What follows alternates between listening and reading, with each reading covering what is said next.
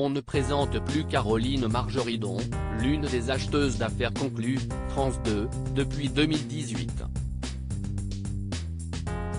Sa personnalité drôle et pétillante avait rapidement conquis les cœurs des téléspectateurs pour faire d'elle la star du programme de brocante.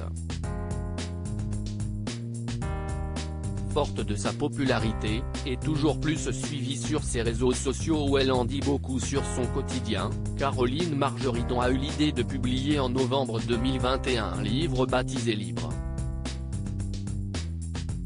Il s'agit de son autobiographie dans laquelle elle se confie sans filtre sur son parcours.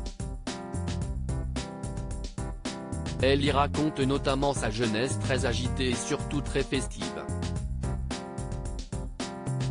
J'ai eu une longue période boîte de nuit. De l'âge de 11 ans jusqu'à 31 ans, âge où j'ai eu mes bébés, écrit-elle en faisant référence à ses enfants Victoire et Alexandre. Le bus Palladium, le Castel, le Palace ou encore l'Élysée Matignon. Caroline Margeridon était alors de toutes les soirées parisiennes.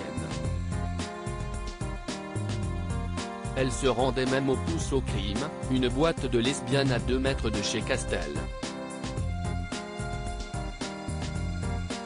Là-bas, elle était protégée par une certaine Arlette. Tout le monde l'appelait Monsieur. Elle était compagnon du Tour de France et serrurière. Elle était aussi haute que large.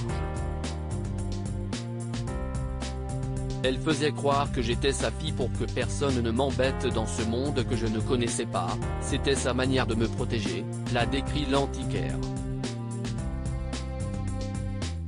Tête dans la cuvette et chasse tirée, et cette Arlette était un véritable garde du corps.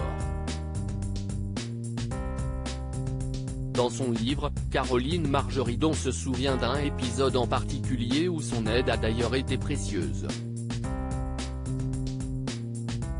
Arlette, qui ne me quittait pas des yeux, s'est rendu compte qu'une femme me suivait aux toilettes.